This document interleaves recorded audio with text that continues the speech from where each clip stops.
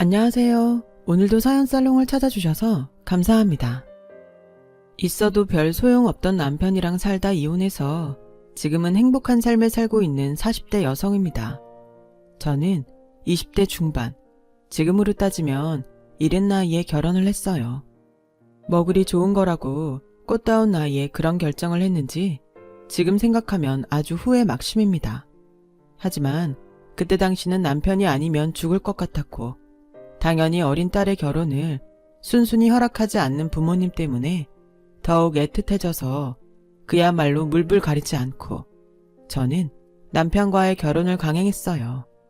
왜 안 된다고 하면 더 하고 싶고 반대하면 절실해지잖아요. 그래서 부모님 가슴에 못 박는 거라는 걸 알면서도 허락해주지 않으면 밥도 안 먹고 회사도 가지 않겠다며 고집을 부렸어요. 저는 그때 당시 작은 회사에 막 입사한 신입사원이었는데 제가 학교 다닐 때도 하지 않는 반항을 하니 부모님은 결국 두 손 두 발 다 드셨고 울며 겨자 먹기 식으로 남편과의 결혼을 겨우 허락해 주셨어요. 지금 생각하면 철이 얼마나 없었는지 부모님 심정보다는 이제 남편과 결혼할 수 있다는 기쁨에 젖어 있었어요. 남편 역시 저희 부모님의 반대에 힘들어하던 때라 저 못지않게 무척이나 기뻐했었죠. 그렇게 저는 제 나이 25살에 남편과 결혼을 했어요. 남편은 당시 29살로 저희는 궁합도 안 본다는 4살 차이였고 그래서 실제로 저희는 물론이고 시댁에서도 궁합을 보지 않았어요. 저희가 워낙에 유별스럽게 서로를 좋아했거든요. 그렇다고 저의 결혼이 순탄했던 건 절대 아니었어요. 시부모님은 제가 어려서 좋다고 하셨지만 저희 부모님이 남편을 반대한 여파가 컸는지 남편과 저희 부모님의 사이는 좀처럼 가까워지지 않았거든요. 자기, 오늘 우리 엄마 생신인데 진짜 안 가? 언제는 나 왔다고 반기셨나. 괜히 좋은 날 기분만 망치지. 자기만 갔다 와. 나는 집에 있을게. 그거야 결혼 전 일이잖아. 이제는 가족인데 언제까지 일할 건데. 그러지 말고 가자. 나 우리 집에 가서 밥 먹을 줄 알고 밥도 안 했어. 아 몰라. 나도 그때 받은 상처가 너무 커서 그래. 라면 끓여 먹을 테니까 이따 집에 올 때 뭐라도 사와. 내가 언제 올 줄 알고. 그리고 솔직히 내가 어려서 반대하신 거지. 자기한테 뭐라고 한 건 없잖아. 도대체 뭐 때문에 그렇게 상처가 됐는데? 내가 얼마나 못 믿었으면 그러셨겠냐고. 나를 무시한 거잖아. 자기가 아무리 어려도 내가 마음에 드시면 그렇게 반대를 하셨겠어? 그리고 막말로 나한테 결혼 반대했던 거 미안했다고 사과도 안 하셨잖아. 사과? 우리 부모님이 자기한테 사과까지 해야 돼? 아, 됐어. 나 혼자 다녀올 테니까 라면을 먹던 쫄쫄 굶던 알아서 해. 나 기다리지 말고. 그렇게 저는 부모님 생신, 어버이날 명절까지 남편 없이 친정에 다녀야 했어요. 뭘 그렇게 상처를 받았다고 남편은 자기를 무시했다며 자기야말로 저희 부모님을 무시했고 저도 점차 그런 남편에게 더는 저희 친정일로 말을 꺼내고 싶지 않았어요. 어차피 서로 기분만 나쁠 게 뻔했으니까요. 이번에도 너 혼자 왔어? 네 언니는 남편의 애까지 줄줄이 오는데. 그이가 요즘 사업 때문에 바빠. 아빠는 아빠 생신 선물 사왔는데 그이가 못 와서 대신 선물로 드리라고 했거든. 아빠 여기 있다. 백서방한테 고맙다고 전해줘. 원래 사업하는 사람은 바쁜 게 제일이야. 너는 백서방 몸축나지 않게 잘 챙기고. 뭐야, 매제 또 안 왔어? 무슨 사업을 얼마나 크게 하길래 매번 못 와? 언니가 좀 이해해줘. 바쁘니까 그렇지. 그래, 못 오는 백서방 마음도 그렇게 편하지 않을 텐데 그만들 해라. 오늘 이 아빠 생일인데 딸들이 다투기나 하면 되겠어? 아, 그래. 오늘 네 아빠 생일인데 우리끼리라도 즐겁게 있자. 얼른들 와. 국 식겠다. 지금도 그때를 떠올리면 마음이 아파요. 차라리 정말로 남편이 바쁘기라도 했다면 좋았을 텐데 선물은커녕 부모님 용돈 한번 챙겨주지 않았던 남편에게 저도 조금씩 서운한 마음이 쌓여갔어요. 그래도 결혼 초에는 제가 시부모님에게 잘하면 그 사람 역시도 차츰차츰 풀릴 거라고 생각했는데 1년이 지나고 2년이 지나도 남편은 달라지지 않았어요. 오히려 제 마음이 달라졌죠. 제가 이렇게 노력하는데 무슨 상처를 얼마나 많이 받았다고 저러는지 서운한 마음이 미움으로 번져갔어요.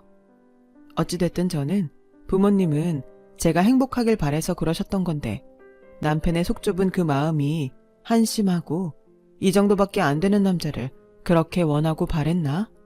제 자신도 한심스럽기만 하더라고요. 그래서 저는 생각이 좀 바뀌었어요. 아무리 4살 차이라도 궁합은 한번 보는 게 좋겠다고요. 모든 4살 차이가 저희 부부처럼 천생연분이 아닌 경우도 있으니까요. 그때는 당연히 저도 저와 남편은 운명이고 하나부터 10까지, 아니 1000까지 안 맞는 부분이 없다고 호언장담했어요. 그리고 아주 보기 좋게 헛다리를 짚었던 거죠. 신혼이라 말할 수 있는 그 시기를 딱 넘기자 저희 부모님 일을 제쳐두고도 남편과 저는 세상 그렇게 안 맞을 수가 없었어요. 옷을 개는 방법이나 또 식사하는 방법 같은 정말 별스럽지 않은 사소한 것부터 앞으로 어떻게 무엇을 위해 살고 싶은지 같은 큰 방향까지 저희 부부는 맞지 않는 구석이 더 많았었죠. 그래서 결혼 생활 내내 이해가 가지 않았어요. 이렇게 생각과 가치의 차이가 큰데 어떻게 우리는 서로를 천생연분이라고 생각했을까? 그래서 한 번은 남편에게도 물어본 적도 있었는데요. 남편의 대답은 정말 성이라고는 눈꼽만큼도 찾아볼 수 없었어요. 요즘 한가해? 무슨 그런 고민 같지 않은 고민을 하고 있어. 그때는 그랬고 지금은 아닌 거지. 지금은 아니라고? 그럼 앞으로는? 무슨 그런 무책임한 말이 다 있어. 말꼬리 잡는 거 보니 또 시작이다. 그게 뭐가 중요해. 너랑 나 잘 먹고 잘 살면 그만이지. 사는 거 다 똑같다. 배부른 소리 그만하고 나 이번에 대박 정보 하나 얻었거든? 돈 좀 있어? 이번에 투자하면 너나 나 한 방에 돈방석에 앉을 수 있어. 어쩌면 남편의 말이 맞을 수도 있어요. 하지만 저는 남들이 볼 때 똑같이 잘 사는 것보다 제가 만족하고 잘 사는 것이 더 중요했고, 더 중요한 건 남편이 말한 대박은 제가 남편이랑 살면서 단 한 번도 오지 않았다는 거였어요. 저나 남편이나 손에 넣을 수 없는 꿈을 꾸고 있었던 거죠. 그리고 불행한 결혼 생활에 또 다른 이유가 있었는데 그건 바로 보수적인 시부모님의 시집살이었어요. 결혼 당시 남편과 마찬가지로 저희 부모님이 당신의 아들을 반대하는 것이 불만인지 제가 젊고 어리다고 좋아하셨던 시부모님은 제가 배운 것도 하나 없이 시집을 왔다며 하나하나 지적을 하고, 저희 부모님은 저한테 뭘 가르쳤냐며 점점 도를 넘어서는데 저도 바보가 아닌 이상 그런 말을 하는 시부모님과 잘 지내기는 힘들었어요.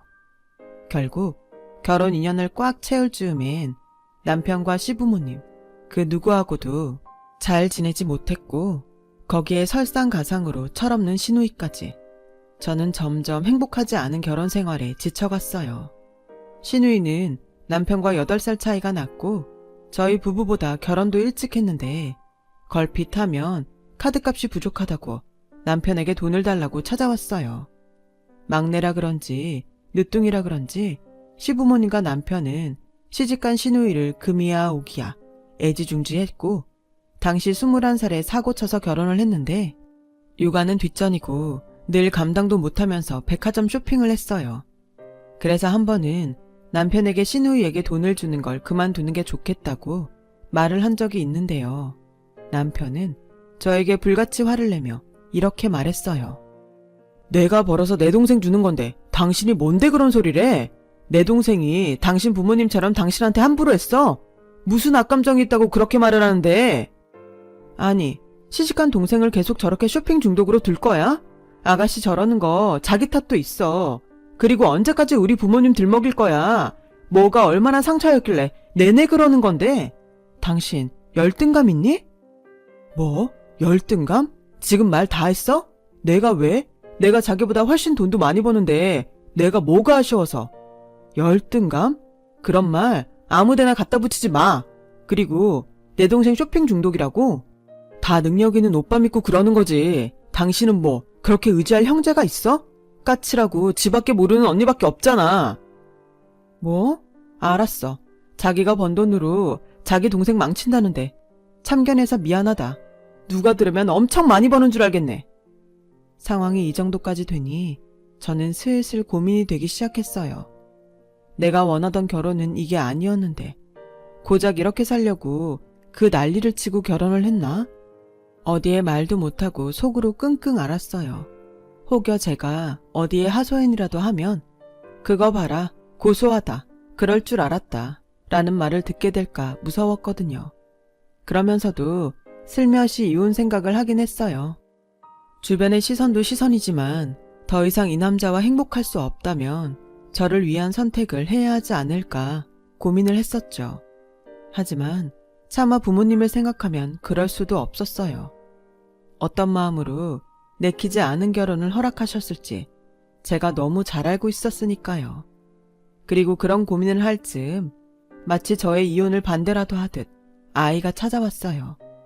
사이가 좋지 않은 부부에게도 아이가 생길 수 있다는 사실에 그야말로 허탈하기만 했었죠. 하지만 아이는 죄가 없으니까. 저는 이혼을 포기했고 남편과 시부모님에게 임신 사실을 알렸어요.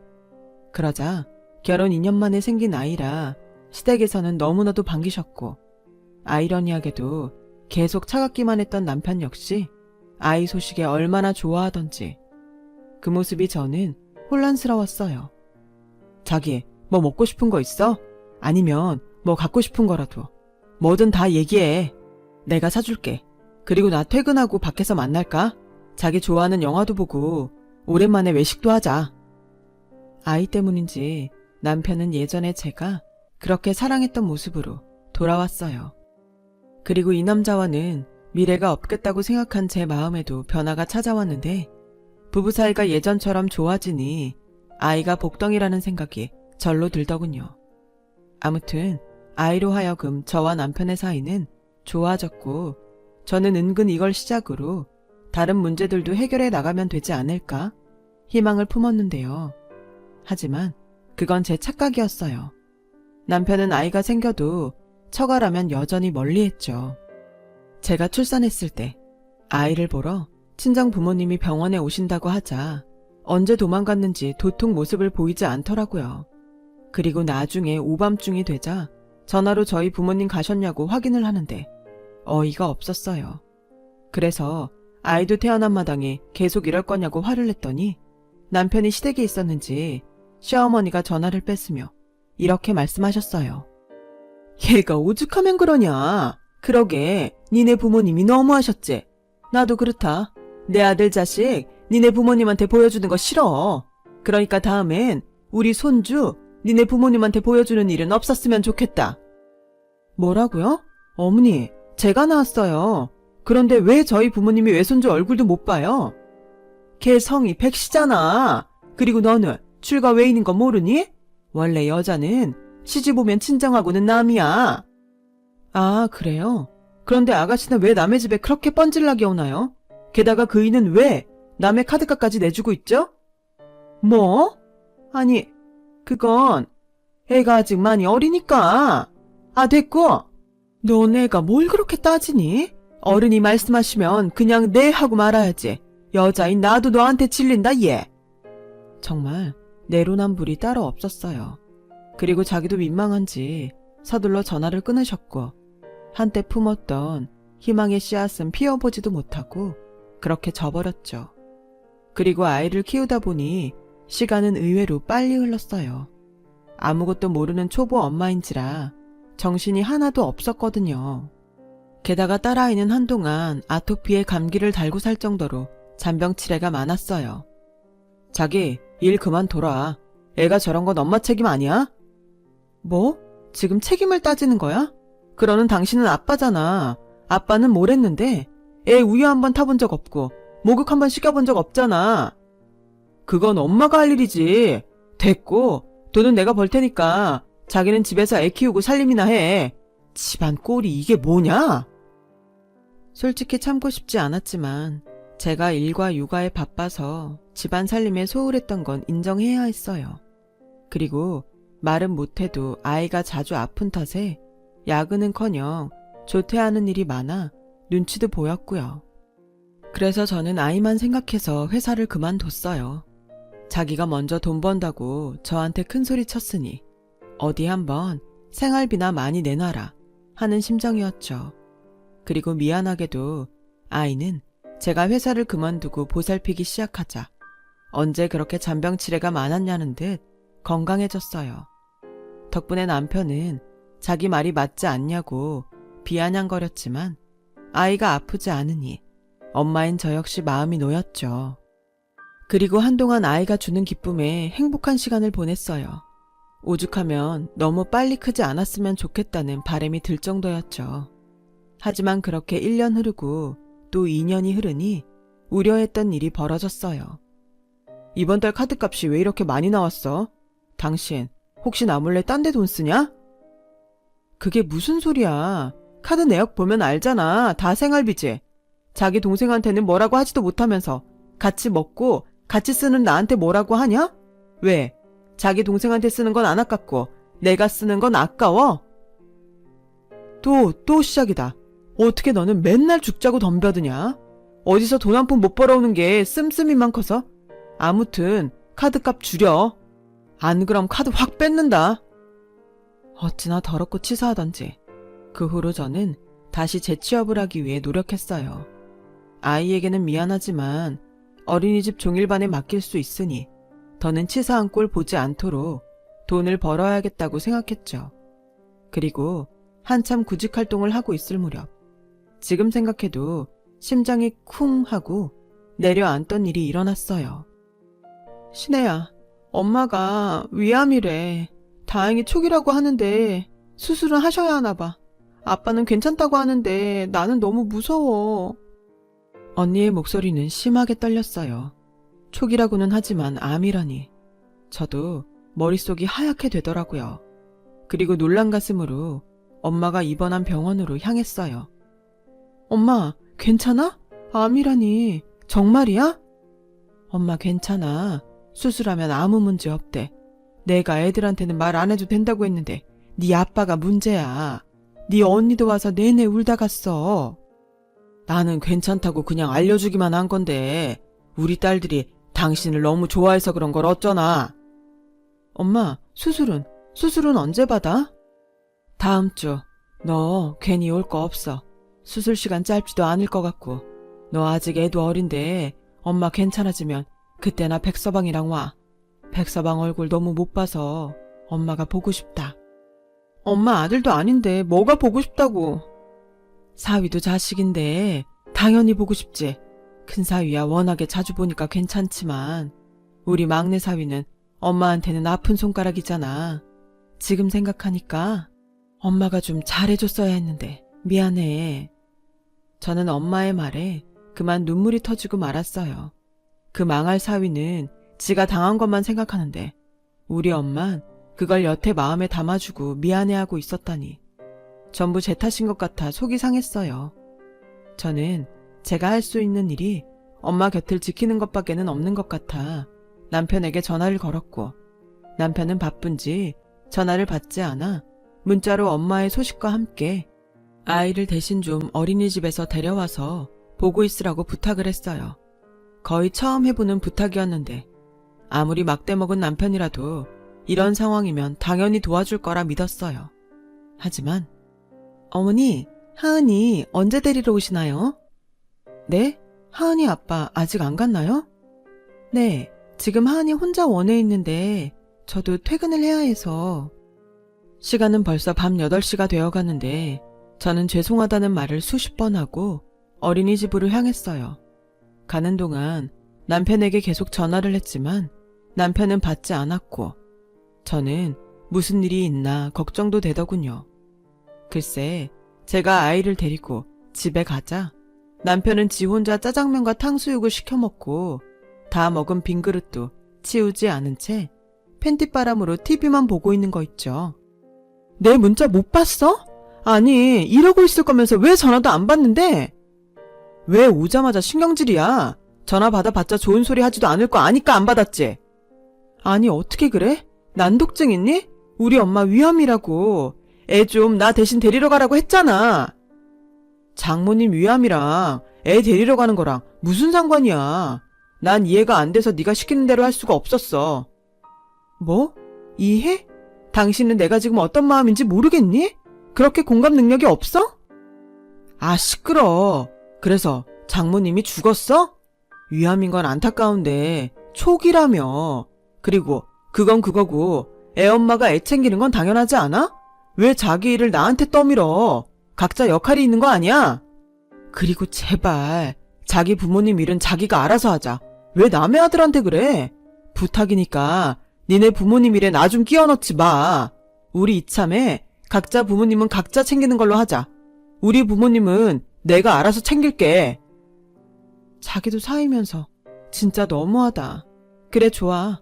앞으로 나도 자기 집에 신경 쓰지 않을 테니까 당신이 바라던 대로 각자 알아서 하자. 저런 인간한테 내가 뭘 바라니? 그래, 바라지 마. 아주 바라던 바다. 그리고 미리 얘기하는데 내가 번 돈에서 장모님 병원비 보탤 생각 1도 하지 마. 그리고 그 핑계로 애랑 집에 소홀한 거 나는 못 보니까 오늘처럼 문자하지 말고. 알겠어? 저는 제 앞에서 큰 소리치고 안방으로 들어가는 남편의 뒷모습을 보고 오만 정이 다 떨어진다는 그 말을 실감했어요.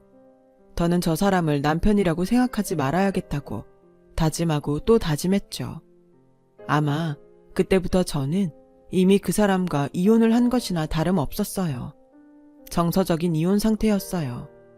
그리고 저는 구직 활동과 엄마의 병간호, 그리고 아이 돌보는 것까지 저 혼자 했어요.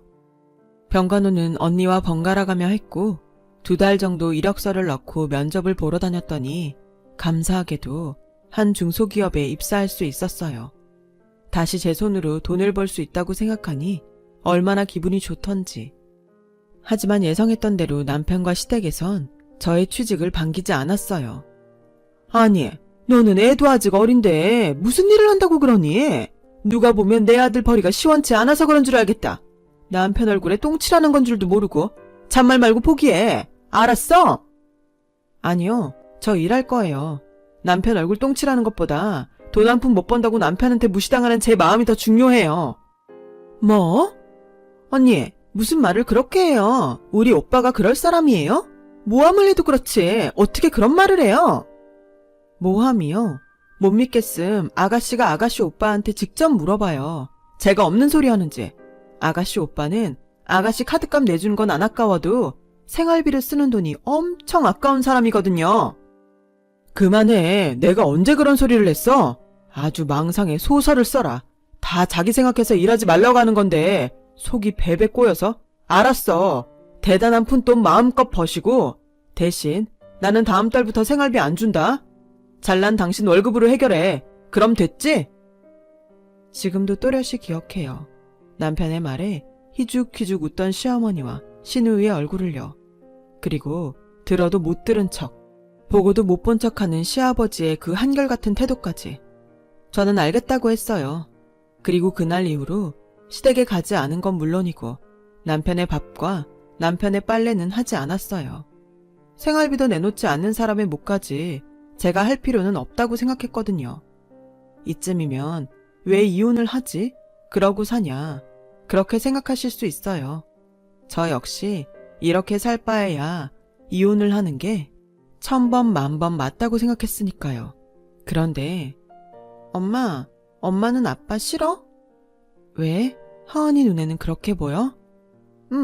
내 친구 지율이네 엄마 아빠는 되게 친한데. 하은이는 아빠 좋아? 하은이 아빠잖아. 그렇게 말하는 딸아이 때문에 이혼 서류를 다 써놓고도 남편 면상에 던지지 못했어요. 새끼가 뭐라고. 내 새끼 눈에 눈물 나는 꼴은 못 보겠는 거 있죠. 그렇게 매번 결심이 꺾였어요. 그러는 동안 저희 부부는 한 집에 살면서도 각방을 쓰며 남처럼 지냈고, 이게 다행인지 아닌지 저희 부부는 서로의 무관심에 점점 익숙해져가고 편해졌어요. 그러는 사이 저희 엄마는 수술이 잘 끝나서 퇴원 후 통원 치료를 다니며 재발이 되지 않도록 식단이며 생활 습관을 고치는 등 노력하는 시간을 가졌습니다. 저는 저대로 열심히 일을 하며 언젠가 아이가 제 결정을 이해하고 받아들일 수 있는 나이가 되면 제가 번 돈으로 진정한 독립을 하겠노라고 다짐했었죠. 결심이 거기까지 갔던 저는 그 후로 명절이나 기타 무슨 날에도 시댁에 가지 않았어요. 시어머니와 시누이는 저를 아주 못된 년이라고 돌아가며 욕을 했지만 남편이 저희 집에 그랬듯 저 역시 똑같이 하겠다고 마음을 먹으니 별로 신경도 쓰이지 않았어요. 그러니 세상 그렇게 편할 수 없더군요. 그렇게 각자의 시간이 흘렀어요. 딸아이는 초등학생 고학년이 되었고 저희 엄마는 다행히 완치 판정을 받으셨죠. 그리고 저는 회사에서 어느 정도 인정을 받아 예전보다 훨씬 좋은 대우를 받으며 일을 했어요. 덕분에 남편과는 대면대면해도 그럭저럭 지낼 수 있었어요. 이 역시도 익숙해져 갈 즈음 무슨 일인지 남편에게서 먼저 연락이 왔어요. 거의 5년 만인 것 같네요. 난데 민영이랑 지금 당신 회사 근처에 있어. 할 말이 좀 있는데 나을 수 있을까?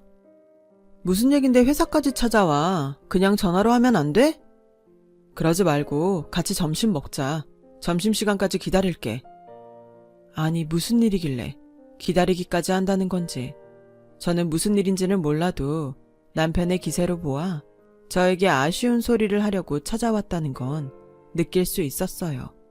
그래서 이번 기회에 받은 만큼 꼭 돌려주겠다고 생각하며 남편과 시누이를 만나기 위해 나갔고 제 예상은 틀리지 않았어요. 있잖아, 당신한테 말을 안 했는데 우리 아버지가 뇌졸중으로 쓰러지셨던 적이 있어. 그래? 그랬어? 안타깝네. 어머, 언니, 지금 그 반응 뭐예요? 우리 아빠가 쓰러지셨다는데 놀라지도 않아요? 네, 저희 아빠도 아니니까요. 진짜 기가 막힌다, 오빠. 너는 내가 가만히 있으라니까. 여보, 그러니까 우리 아버지가 지금 뇌졸중 때문에 중풍 오셨거든. 그래서 움직이는 게 많이 힘드셔. 그래서? 그냥 단도직입적으로 말할게. 병간호 살 사람이 필요해.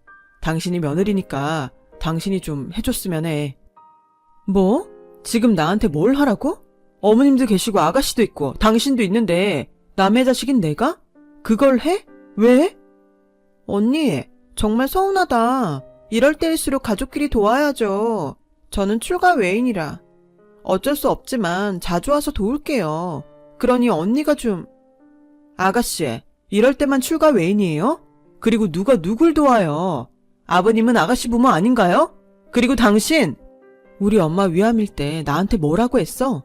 각자 부모는 각자 알아서 하는 거라며. 당신이 그 잘난 입으로 자기가 번 돈에서 병원비 한 푼도 보탤 생각 하지도 말라며. 뻔뻔하게 지금 나한테 돈도 아니고 아버님 병간호를 하라고? 싫어. 남의 귀한 딸한테 그런 걸 왜 시켜? 미안해. 나한테도 이런 일이 생길지 그때는 몰랐어. 그래도 그렇지. 지금 이 순간에 꼭 이렇게 해야겠냐? 내 속이 지금 어떤지도 모르면서? 자기는 내 속이 어떤지 관심이나 있었어? 아무튼 나는 남의 부모 병간호할 마음 추호도 없으니까 돌아가. 저는 그렇게 말하고 회사로 돌아왔어요. 그러자 어찌나 소식이 빠른지 시어머니는 전화로 있는 성질 없는 성질 다 내셨고 저는 어머니 남편이니까 남의 손에 맡기지 말고 직접 하시라고 전화를 끊었는데 퇴근하고 집에 갔더니 짐가방 하나가 떡하니 놓여 있더라고요. 그리고 황당하게 그 짐가방은 제 것이었어요. 내가 네 짐 쌌다. 군소리 하지 말고 그거 들고 우리 집으로 가자. 네 식구는 내가 챙기마. 어머니, 이건 아니죠. 지금 아버님 병간호하기 싫다고 이러시는 거예요? 뭐? 너야말로 그렇게 시아버지 병간호가 하기 싫으니? 네, 당연히 싫죠. 만약에 아가씨가 아가씨 시아버지 씻기고 수발든다고 생각해보세요. 어머니는 좋으세요? 뭐야? 이게 요즘 아주 되바라져서는 심히 무서운 줄을 몰라. 내가 오늘 네 버르장머리를 고쳐놓고 말 거야. 그렇게 시어머니는 팔을 걷어 붙이셨어요. 그리고 저와 서로 머리채를 잡고 한바탕 싸움이 벌어졌고 뒤늦게 남편이 들어와서 말리면서 싸움은 멈췄는데 이 모습을 모두 지켜본 딸아이가 저 몰래 울고 있더라고요. 이런 꼴을 보여주려고 여태 참았던 것이 아니었는데 그래서 저는 결심했어요. 그동안 꺼내지 못했던 이혼 서류를 마침내 꺼내기로요. 그랬더니 지금 우리 아버지 병간호하기 싫다고 이러는 거야? 당신 정말 이런 사람이니? 웃기지 마. 내가 그동안 얼마나 참았는데. 당신이야말로 처지 바뀌니까 어때? 그러게 애당초 잘하지. 이건 뿌린 대로 걷는 거야. 너 말 잘했다. 얘나 나나 니네 식구들한테 상처받아서 그런 거잖아. 니네 부모가 그렇게 해서 그런 거라고 내가 몇 번을 말해. 저는 뭐 상처 없을까요? 그러게 어머님이랑 아버님이 저한테 잘해주셨다면 제가 흔들릴 수도 있었겠죠. 그리고 처음부터 이게 이렇게 강요할 일인가요? 며느리라서요? 돌이라서요? 이 사람 남편 노릇, 사위 노릇, 아빠 노릇도 안 하는데 왜 저는 다 해야 해요? 저도 하기 싫어요. 그렇게 말하고 고맙게 저 대신 싸준 짐가방을 들고 저는 딸과 함께 친정으로 왔어요. 제 사정을 모두 들은 저희 부모님은 뭐라고 하지도 못할 정도로 속상해 하셨고 괜히 자기들이 결혼을 반대해서 일이 이렇게 됐나 자책도 하셨는데 저는 그러지 마시라고 했어요. 그 일이 아니어도 남편과 그 집 사람들은 분명히 다른 어떤 이유를 만들어 똑같이 했을 것이 분명했으니까요. 그리고 저는 딸에게 솔직하게 이야기를 했어요. 아빠와 엄마가 더 이상 함께할 수 없다는 이야기였죠. 그랬더니 제 걱정과 달리 딸은 어른스럽게 저에게 이렇게 말해줬어요. 나도 엄마랑 아빠가 서로 사랑하지 않는다는 건 알고 있었어. 그리고 엄마랑 아빠가 싸울까봐 무서웠고. 그래서 나는 엄마의 선택을 존중해. 나는 엄마가 행복했으면 좋겠으니까. 그 말에 어찌나 눈물이 나던지 딸아이가 고맙기도 하고 미안하기도 했어요. 하지만 어린 딸보다도 못한 남편은 자기가 왜 이혼을 하냐며 합의 이혼을 거부했고 저는 언니의 도움으로 변호사를 통해 이혼 소송을 하게 되었는데 진흙탕도 이런 진흙탕이 없더군요. 하지만 저는 포기하지 않았어요. 결혼을 간절히 바래서 했듯 이혼 역시 간절했으니까요. 그래서 끝도 없이 소명하고 증명하며 저는 결혼 기간 동안 받았던 서러움과 부당함을 보상받았어요. 남편은 억울하다고 길길이 뛰었지만 법 앞에서는 아무 소용이 없더군요. 그렇게 저는 이혼을 통해 위자료와 자유를 얻었어요. 더 이상 남편과 시댁 식구들이 제 가족이 아니라는 것이 그렇게 홀가분할 수가 없는 거 있죠. 그 후로 저는 정말 신이 나서 살았어요. 늘 앞에 놓여있던 커다란 바위가 사라진 느낌이랄까요?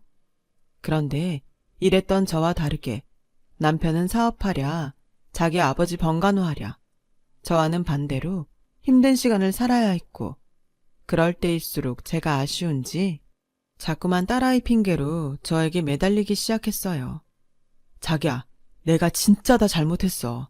우리 딸 생각해서 당신이 나 한 번만 봐주라. 민영이도 아버지 때문에 지 신랑이랑 한바탕에서 이혼당하게 생겼고 엄마는 엄마대로 힘들다고 하는데 나 진짜 가운데서 죽을 것 같아. 내가 이러니 일도 요즘 안 풀리고. 자기야, 나 좀 살려줘. 응? 내가 왜?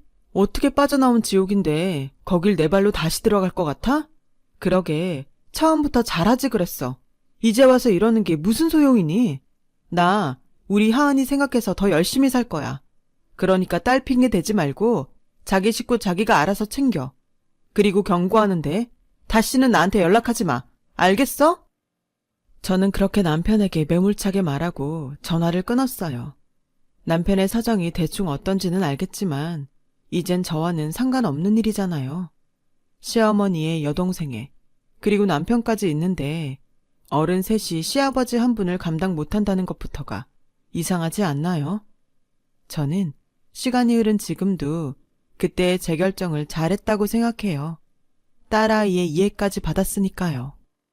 그리고 지금은 어느덧 딸아이가 커서 고등학교에 입학을 했는데 어찌나 스스로 자기 앞가림을 잘하는지 그 어렵다는 과학고도 자기 힘으로 들어갔어요. 참 대견하고 고마운 딸이죠. 그리고 저는 이혼 후 좋은 계기가 있어 이직을 했고 지금은 제법 높은 연봉을 받으며 능력을 인정받고 있어요. 덕분에 아무 걱정 없이 딸아이를 키울 수 있었고요. 부모님에게는 효도도 하며 이제야 비로소 제가 바랬던 만족하는 삶을 살아가고 있는데요. 소문에 의하면 남편은 결국 하던 사업이 힘들어져 다른 회사에 사업을 넘겼고 여전히 자기들 식구 뒤치다꺼리를 하느라 고생하고 있는 것 같던데 이제는 인간 대 인간으로 저 사람 인생도 참 불쌍하다는 생각도 들어요. 뭐 다 인과응보지만요. 그래서 저는 남편과 같은 실수를 하지 않기 위해 좋은 사람이 되려고 해요.